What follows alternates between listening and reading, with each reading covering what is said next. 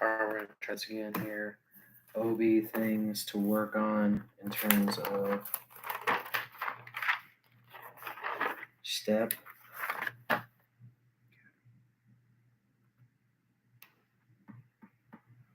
So first thing to keep in mind is that when they say there's a patient who seems like they would be RhoGAM necessary, or seems like they would need RhoGAM, so they're an Rh negative patient, and they're at that like 26, 28 or so week period, the person needs RhoGAM if their antibody screening is negative.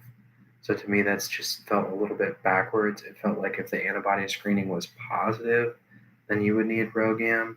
But I guess really you want to make sure that they're immunosensitized. So you would have wanted to actually see if they were negative, then that's when you give the RhoGAM. So it's almost like double negative, I guess. If the maternal blood type is a negative, Rh negative, and they have negative antibody screening, then you would do RhoGAM for that patient for roughly the 28th week of pregnancy. Next, you have getting maternal antibiotics during labor. You do this for patients with asymptomatic bacteria, so you don't have to screen for them again at the 33rd week necessarily if they already have a positive test in the past for GBS. Then you can just go ahead and give them prophylactic antibiotic therapy during labor. Everybody else, if they don't have a positive, past positive, then you would do a urine culture and anovaginal swab at 36 to 38 weeks.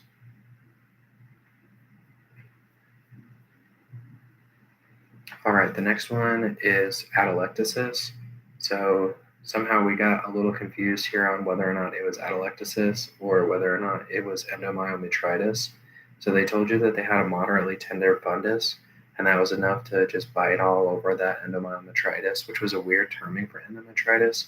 But regardless, it just felt like the fundus was good enough for it. But as it turned out, they had atelectasis, which is really weird because they have a fever and they are tacky and they didn't get any antibiotics. So it just felt like infection here. But for one reason or another, this ended up being atelectasis because the breath sounds were decreased bilaterally. They didn't have any other respiratory findings. They had no rhonchi, wheezings, or crackles. But for whatever reason, just having gone through pregnancy was enough for them to be at an atelectic state.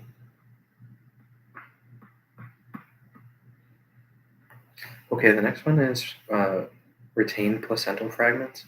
So they need not be actually sick to have retained placental fragments. It seems like the type of thing that would make you sick, have an infection, perhaps even become septic. But as it turns out, they were 10 days post-delivery with no prior complications, and all of a sudden they start having heavy, bright red vaginal bleeding and some pain, and that ends up being retained placental fragments. Apparently, this can happen even as much as 8 weeks after delivery, and is a bizarre cause of secondary postpartum hemorrhage. Cervical laceration is a really common cause of postpartum hemorrhage, and that's what got confusing here. But it's more so like immediately after delivery, and for that to just show up 10 days later would be unusual.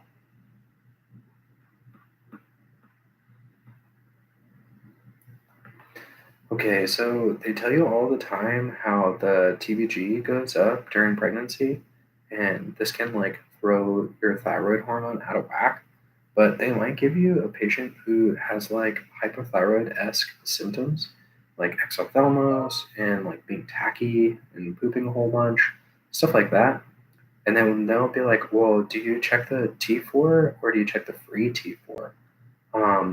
Or you check the TBG. And like the TBG doesn't really do you any good here because you're trying to see if they're really like hypothyroid for the right reasons. So you actually want to check and see if their free T4 is out, and like your total T4 doesn't necessarily do you a whole bunch of good, because if you have a whole bunch of TBG and a whole bunch of T4, then you might not become symptomatic. But if you're symptomatic from your thyroid hormone, it would be because of the free T4.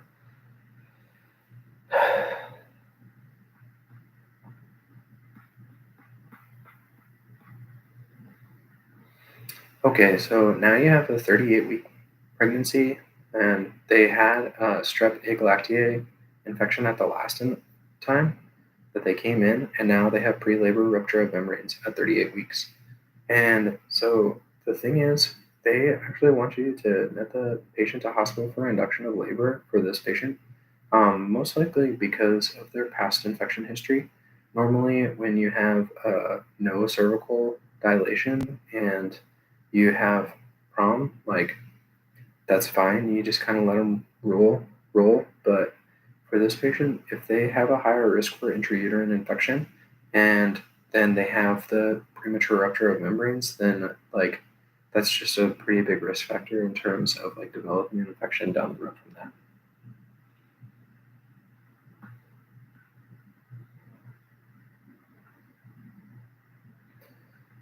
Here we have a preeclampsia patient. It was pretty cut and dry that it was preeclampsia, and you knew that things were going downhill kind of fast.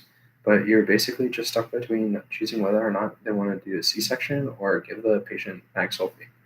And for whatever reason in the NBME world, they're saying that the next step in management is going to be to do the mag sulfate. Um, Not really any big, huge surprises here. Hypertension, proteinuria, and organ dysfunction are all symptoms of preeclampsia, and then when they have the seizure itself, then they become eclamptic. And the best treatment initially for eclampsia is magnesium sulfate. So they're saying that the immediate cesarean delivery can follow the administration of magnesium sulfate, and that's perfectly fine and reasonable, but I just feel like making you choose between one of the other options, this is pretty difficult. So in any case, in the future, if they make you choose between C-section and magnesium sulfate for a patient that's eclamptic, then you're going to want to go ahead and just give them the magnesium sulfate and just kind of make the test writers happy.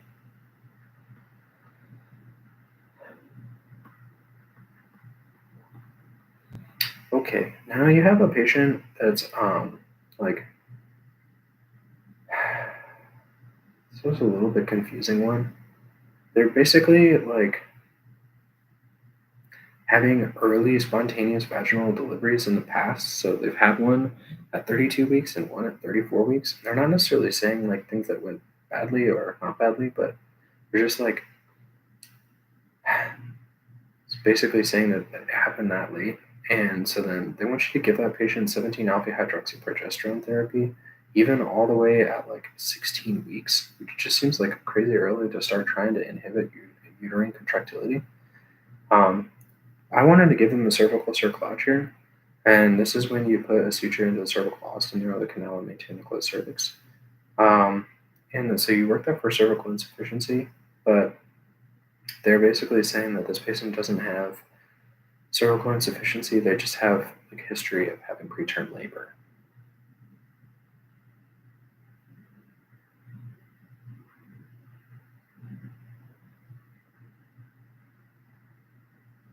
Okay, let's do this last one here. So they're basically getting at the fact that you can see a fetus via ultrasound and that there was a mass in the fetal neck. And the answer ends up being that they have a fetal goiter. And basically, you were supposed to read into this because the mom had hypothyroidism and she was getting PTU treatment.